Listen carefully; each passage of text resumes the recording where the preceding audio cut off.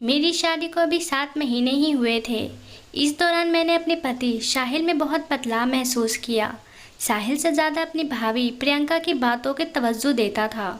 यह बात मुझे बुरी लगती थी। घर की छोटी छोटी समस्याओं पर भी वो अपने भाभी से बातें करता और मेरी बड़ी से बड़ी बात पर भी ध्यान नहीं देता था। शुरू में तो मुझे लगा कि 12 साल पुराने भाभी से लगाव तो देवर को होता ही है और बीवी के आ जाने के बाद यह लगाव कम हो जाता है। लेकिन साहिल और उसकी भाभी के बीच का लगाव मुझे कभी कम होता नज़र ही नहीं आया। अब तो मुझे यह लगने लगा था कि बात सिर्फ लगाव की नहीं है, दोनों के बीच इससे ज़्यादा ही कुछ है। मेरी जेठानी थी ऐसी कि कोई भी मर्द उसे देखते ही उस पर फिदा हो जाए। मुझे उसकी इसी सुंदरता से डर लगता था। मुझे यकीन हो गया था कि मेरा पति साहिल अपने भाभी की सुंदरता की वजह से ही उससे दूरी नहीं बना पा रहा है। एक दिन सुबह जब मैं उठी तो देखा कि साहिल अपने भाभी के कमरे से निकल रहा था और मुझे देखते ही वो घबरा गया और सीधे कमरे में जाकर बाथरूम में घुस गया। मैं समझ गई थी कि सुबह सुबह साहिल अपने भाभी के साथ क्या करके बाथरूम में नहाने घुसा है। मैंने ज़ोर से बाथरूम का दरवाज़ा पीटा और बोली, साहिल तुम्हें इस औरत के साथ यह सब करना था तो मेरी ज़िंदगी क्यों बर्बाद की। मैं आज ही अपने मायके जा रही हूँ। मेरी बात सुनते ही साहिल ने दरवाज़ा खोला और उसने एक जोरदार थप्पड़ मुझे लगा दी और फिर मेरा गुस्सा 7वें आसमान पर चढ़ गया। मैंने भी साहिल को एक जोरदार घूंसा लगा दिया। साहिल ने मेरे हाथों को पकड़ लिया और मुझे खींचते हुए बेड पर ले जाकर पटक दिया और बोला, रिया आइंदा कभी भाभी के बारे में ऐसी बात की तो मुझसे बुरा कोई नहीं होगा। मैं कुछ कहती ही कि साहिल ने अलमारी से अपने कपड़े निकाले और बाहर चला गया। मैं बिस्तर पर पड़ी रही, लेकिन मेरी जेठानी मुझे देखने तक नहीं आई और साहिल सुबह का नाश्ता किए बगैर ड्यूटी पर चले गए। 1 घंटे में मैंने भी अपना सामान पैक किया और अपने मायके गोरखपुर के लिए निकल पड़ी। मेरी जेठानी ने पूछा कि कहाँ जा रही हो। मैंने उसकी बातों का कोई जवाब नहीं दिया। मेरा इस तरह घर छोड़कर जाने की खबर साहिल को भी लग चुकी थी। बस स्टैंड से गोरखपुर की बस पकड़कर मैं शाम तक अपने मायके पहुंच गई और साहिल मुझे लगातार कॉल कर रहा था, लेकिन मैंने उसका कॉल रिसीव नहीं किया और घर पहुंचते ही मैंने अपना फ़ोन स्विच ऑफ कर लिया और अपनी माँ को सारी बातें बताकर रोने लगी।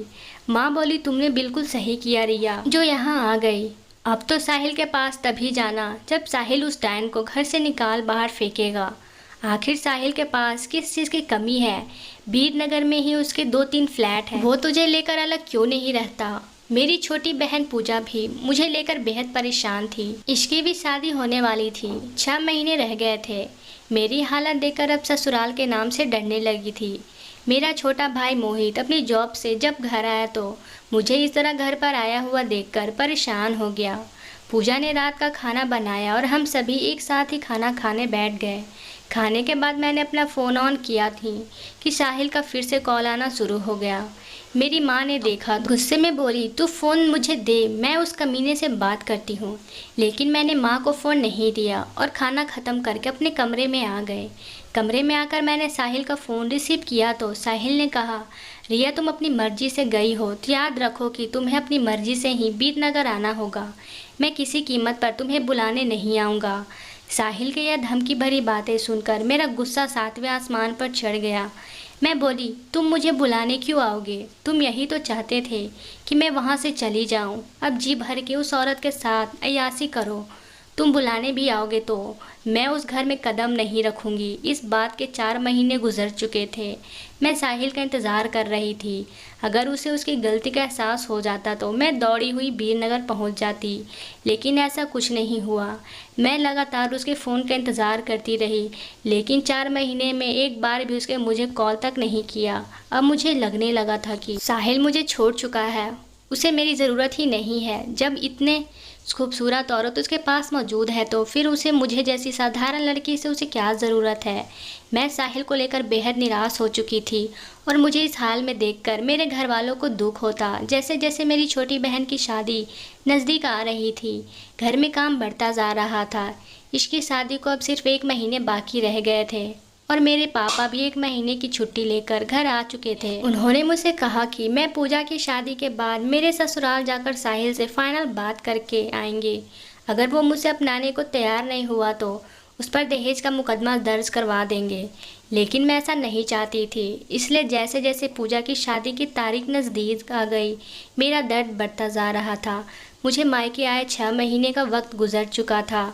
पूजा की शादी में केवल 22 दिन का वक्त बाकी रह गया था और शादी के कार्ड भी छप चुके थे। एक दिन मैंने साहिल को कॉल मिलाया और बोली, साहिल तुम शादी में नहीं आओगे?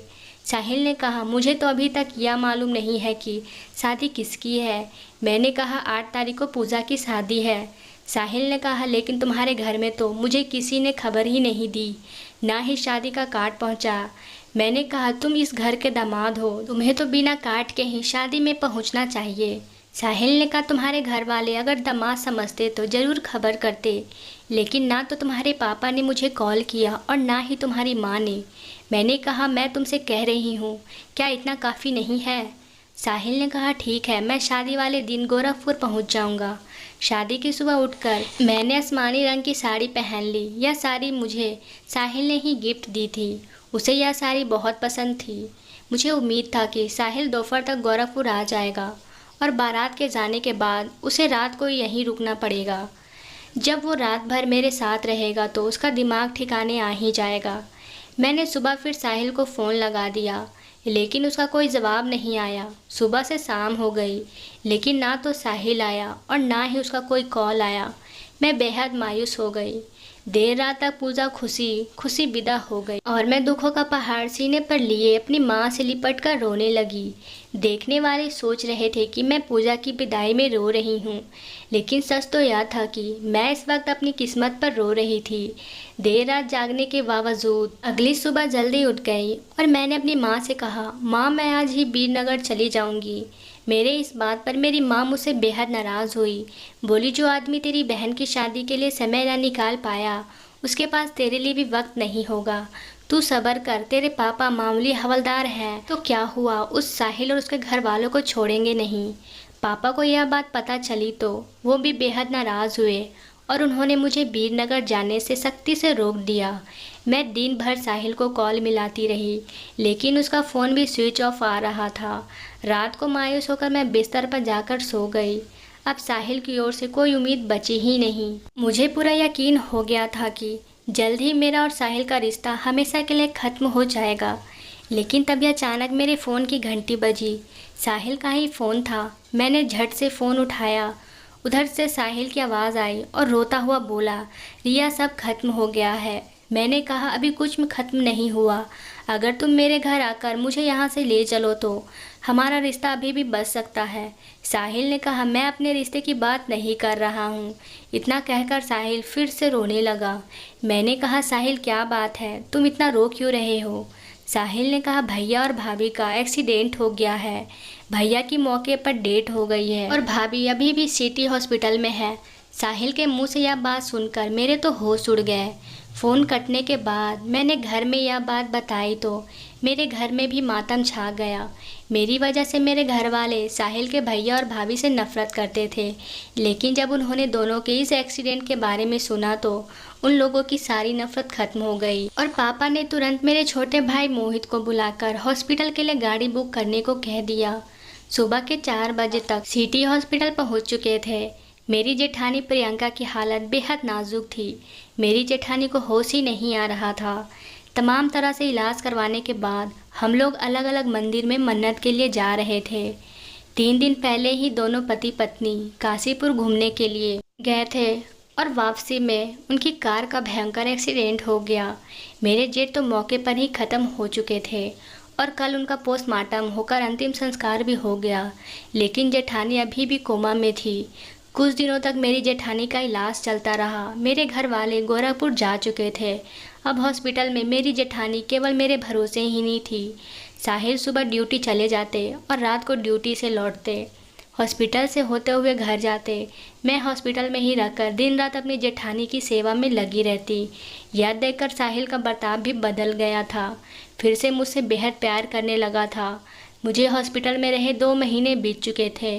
अब तो हॉस्पिटल ही मेरा घर बन चुका था। जेठानी की सेहत में इतना सुधार जरूर हुआ था कि वह होश में आ चुकी थी।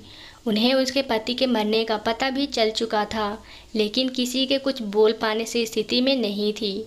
कुछ दिनों बाद डॉक्टर्स ने उन्हें छुट्टी दे दी और मेरी जेठानी घर आ गई। मेरे ससुराल में सास ससुर दोनों ही नहीं थे।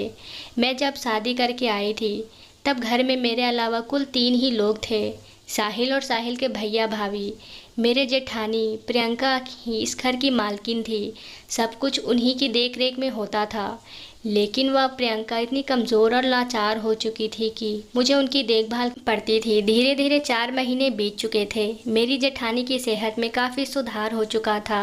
उनकी तंदुरुस्ती लौट आई थी, लेकिन अब भी वो किसी से बात कर पाने की स्थिति में नहीं थी। मेरी जेठानी की मायके में कोई नहीं था, इसलिए उनकी हर तरह की सेवा मुझे ही करनी पड़ती।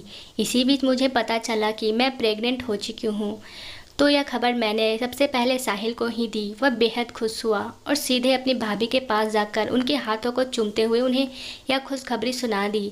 मेरी जेठानी कुछ बोल तो नहीं सकती थी, बस उनके चेहरे पर हल्की सी मुस्कान नजर आए। इसका मतलब यही था कि वो बेहद खुश थी। धीरे धीरे वक्त बीता और मेरा 7वां महीना शुरू हो गया। इस बीच मैंने महसूस किया कि साहिल फिर से अपनी भाभी के करीब होता जा रहा था।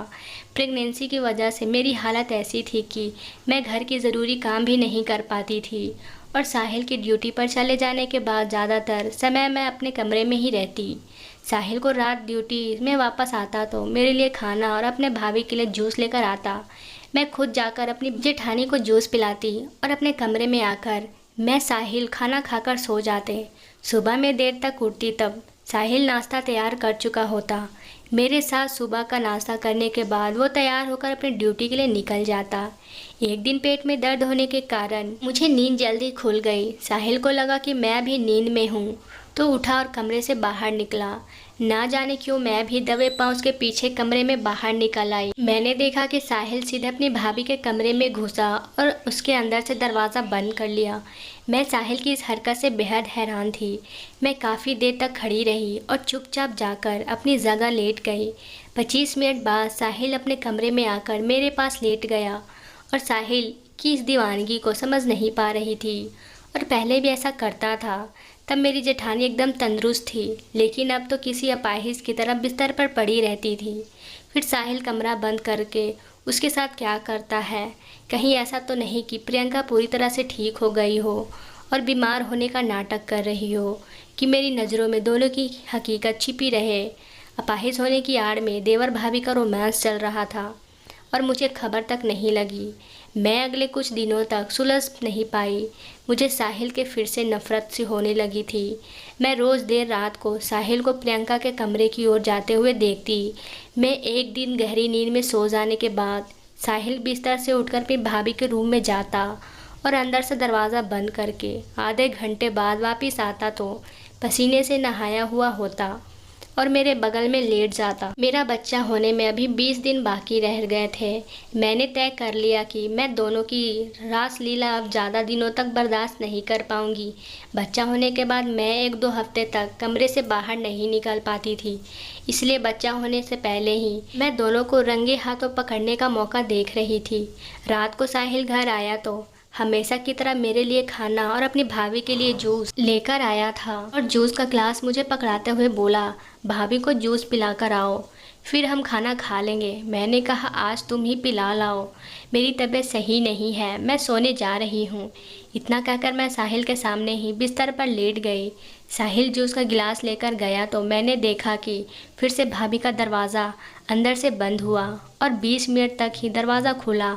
साहिल को हाथों में खाली गिलास लिए कमरे की ओर आता देख मैं झट से बिस्तर पर लेट गई।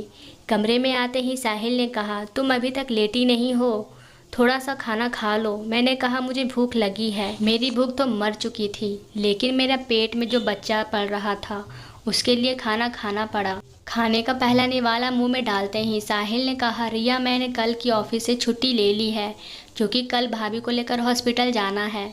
उनकी तबीयत फिर से बिगड़ रही है। मैंने कहा, ठीक है, आप कितने बजे हॉस्पिटल के लिए निकलेंगे? साहिल ने कहा, मैं सुबह जल्द ही निकल जाऊंगा। कल भाभी के कई टेस्ट होने हैं, इसलिए मुझे आने में देर हो जाएगी। खाना खाने के बाद साहिल जल्दी सो गया, लेकिन मैं रात भर जागती रही। मेरी नींद गायब हो चुकी थी। मैं तो बस सुबह होने का इंतज़ार कर रही थी। सुबह उठकर साहिल ने नाश्ता बनाया और मेरे साथ नाश्ता करने के बाद अपनी भाभी को गाड़ी में बिठाकर हॉस्पिटल के लिए निकल गया। साहिल के जाते ही मैं मार्केट गई और वहाँ से एक छोटा कैमरा खरीद लाई और उस कैमरे को मैंने अपनी जेठानी के रूम में ऐसी जगह फिट कर दिया जहाँ से उनका पूरा कमरा कवर हो रहा था। उस कैमरे को मैंने अपने मोबाइल से कनेक्ट कर दिया। मुझे यह सब करते हुए दोपहर के 2 बज चुके थे। तभी साहिल का कॉल आया कि वो हॉस्पिटल से वापस आ रहा है। मैं अपने आज के काम से बेहद खुश थी। कल तक मेरे पास सबूत होगा जिसके सहारे साहिल और उसकी भाभी की असलियत मेरे सामने आ जाएगा। साहिल अपनी भाभी को लेकर हॉस्पिटल से घर आ गया और भाभी को कमरे में बेड पर लिटाकर मेरे कमरे में आ गया और फिर उसने भाभी की सारी दवाइयाँ मुझे पकड़ा दी और कौन सी दवाइयाँ कब खानी है यह मुझे समझाने लगा। इस दौरान उनके हाव भाव देखकर मुझे तो ऐसा लग रहा था जैसे प्रियंका उनकी भाभी नहीं बल्कि बीवी हो। रात को साहिल खुद ही अपनी भाभी के कमरे में जूस और दवाइयाँ लेकर गया और आधे घंटे में वापस लौट कर आया। खाना खाने के बाद सो गया और मैं सुबह होने का इंतज़ार कर रही थी। मेरी गहरी नींद में होने के बाद साहिल उठा और अपने भाभी के कमरे में चला गया। आधे 20 मिनट के बाद पसीने से लथपथ होकर लौट आया और मेरे पास लेटकर जब साहिल अपनी ड्यूटी पर चला गया तो मैं झट से अपने जेठानी के रूम में गई। वह सो रही थी। मैंने वहां से कैमरा हटा दिया और अपने रूम में आकर मोबाइल में कल से अब तक की रिकॉर्डिंग देखना शुरू की तो मेरे होश उड़ गए। साहिल अपने भाभी के कमरे में गया, उन्हें गोद में उठाकर व्हील चेयर पर बैठाया और भाभी की गंदी चादर को उठाकर उसने एक तरफ रख दिया। फिर उसने उस गंदी चादर की जगह पिछले दिन धोई हुई साफ चादर को बिछा दिया। फिर गंदी चादर को कमरे के बाथरूम में ले जाकर धोने लगा और फिर उसने धोते हुए चादर को बाथरूम की खिड़की पर ही सूखने के लिए टांग दिया। फिर उसने अपनी भाभी की सलवार उतारकर उन्हें धोए हुए साफ कपड़े पहनाए और गंदे कपड़ों को बाथरूम में ले जाकर धोने लगा। इस रिकॉर्डिंग को देखने के बाद मेरा रूटीन यही हो गया था कि जैसे ही साहिल अपनी ड्यूटी पर निकलता मैं कैमरे रूम से छिपा देती और अपने मोबाइल में रिकॉर्डिंग देखने बैठ जाती और हर बार मुझे साहिल का वही रूटीन नज़र आता। साहिल अपने भाभी के कमरे में उसके साथ जो करता या तो पति कर सकता था या कोई बेटा अपनी माँ की ऐसी सेवा कर सकता था। एक दिन अचानक मेरी तबीयत ख़राब हुई और मैं हॉस्पिटल में एडमिट हो गई। 3 दिन बाद ही मैंने खूबसूरत सी बेटी को जन्म दिया और कुछ दिनों में ही अपनी बेटी को लेकर घर आ गई। इस दौरान मेरी देखभाल के लिए मेरी माँ मेरी ससुराल आ गई थी। एक दिन मैंने अपनी माँ को साहिल और उसकी भाभी वाली वीडियो दिखाई तो उसने अपने माथे पर हाथ रख लिया और मुझसे बोली, रिया तो बहुत नादान है, यह देवर भाभी वाला प्यार नहीं है बल्कि कोई पति ही ऐसा कर सकता है। मैं तो आज ही गोरखपुर के लिए निकल रही हूँ। कुछ दिनों बाद तुम भी गोरखपुर आ जाना। मैं तुम्हें अब और नहीं रहने दूंगी। जिस दिन मेरी लड़की 1 महीने की हुई उसी दिन मेरी जेठानी की तबीयत बिगड़ी और अगले दिन हॉस्पिटल में उसकी मौत हो गई। प्रियंका की मौत से साहिल बिल्कुल टूट सा गया। ऐसा लग रहा था जैसे साहिल की सगी माँ की डेथ हो गई हो। कुछ दिनों बाद एक दिन मैंने साहिल का मूड देखकर उसे पूछ लिया है। मैंने कहा, साहिल अब तो भाभी इस दुनिया में नहीं है और मैं जानती हूँ कि तुम उनसे बेहद प्यार करते थे। इतना प्यार तो कोई बेटा भी अपनी माँ से नहीं करता। तुम उनके गंदे कपड़े अपने हाथों से धोते थे, आखिर क्यों? साहिल ने मेरी तरफ देखा और गहरी सांस ली और थोड़ी देर की खामोशी के बाद बोला, मैं और मेरे बड़े भाई सुनील ने बचपन में ही बहुत कुछ झेला था। मेरी सगी माँ बचपन में ही मर गई थी और मेरा पापा ने दूसरी शादी कर ली थी। मेरे पापा की मौत के बाद मेरी सौतेली माँ ने मेरे पापा की पूरी प्रॉपर्टी हड़प लिया और हमें दर दर की ठोकरें खाने को मजबूर कर दी। मेरे भैया ने मजबूरी कर कि मुझे पढ़ाया लिखाया। 12 साल पहले मेरे बड़े भैया ने प्रियंका से शादी की जो अपने माँ बाप की इकलौती बेटी थी। प्रियंका भाभी के माँ बाप भी उसे छोड़कर इस दुनिया से जा चुके थे। भाभी के पास जो भी संपत्ति थी उन्होंने मेरे भैया के हवाले कर दिया और उन्होंने मेरी माँ की तरफ मेरी परवरिश की। मैंने अपनी सगी माँ को नहीं देखा था लेकिन भाभी ने सगी माँ की तरह कमी पूरी कर दी थी। 6 साल पहले मुझे टाइफाइड हो गया था और कई हफ्तों तक मैं बिस्तर पर पड़ा रहा। इस दौरान मेरा ख्याल मेरी भाभी ने रखा था। अगर कोई दूसरी औरत होती तो वो मुझे गंदे कपड़ों से हाथ ही नहीं लगाती, लेकिन प्रियंका भाभी अपने बेटे की तरह गंदे बिस्तर को साफ करके मेरे कपड़ों को धोती। उन्हीं की देखभाल की वजह से ही मैं मौत के मुंह से वापस आ गया। लेकिन मेरी देखभाल में इतनी ताकत नहीं थी, इसलिए मैं अपनी भाभी को बचा नहीं सका। इतना कहकर साहिल मेरे कंधे पर सिर रखकर रोने लगा। उसकी यह हालत देखकर मुझे रोना आ गया। साथ ही साहिल को लेकर मेरी सारी गलतफहमियां दूर हो गई। मैं खुद को बेहद खुशनसीब समझने लगी कि मुझे साहिल जैसा पति मिला था। मैंने अपनी माँ को तुरंत फ़ोन मिलाया और बोली, माँ मैं अब गोरखपुर नहीं आऊँगी। इस कहानी से हमें यह सीख मिलती है कि शक इंसान को कहीं का नहीं छोड़ता। कई बार हम जिस चीज़ों को सच समझ लेते हैं उनके पीछे की वजह बिल्कुल अलग ही होती है। इसलिए सिर्फ शक की बुनियाद पर ही आखिरी फैसले तक पहुंचना हमारी बेवकूफ़ी साबित होती है। दोस्तों उम्मीद करती हूँ आपको हमारी कहानी पसंद आई हो, और कहानी पसंद आई हो तो चैनल को लाइक सब्सक्राइब करना ना भूलें। धन्यवाद दोस्तों।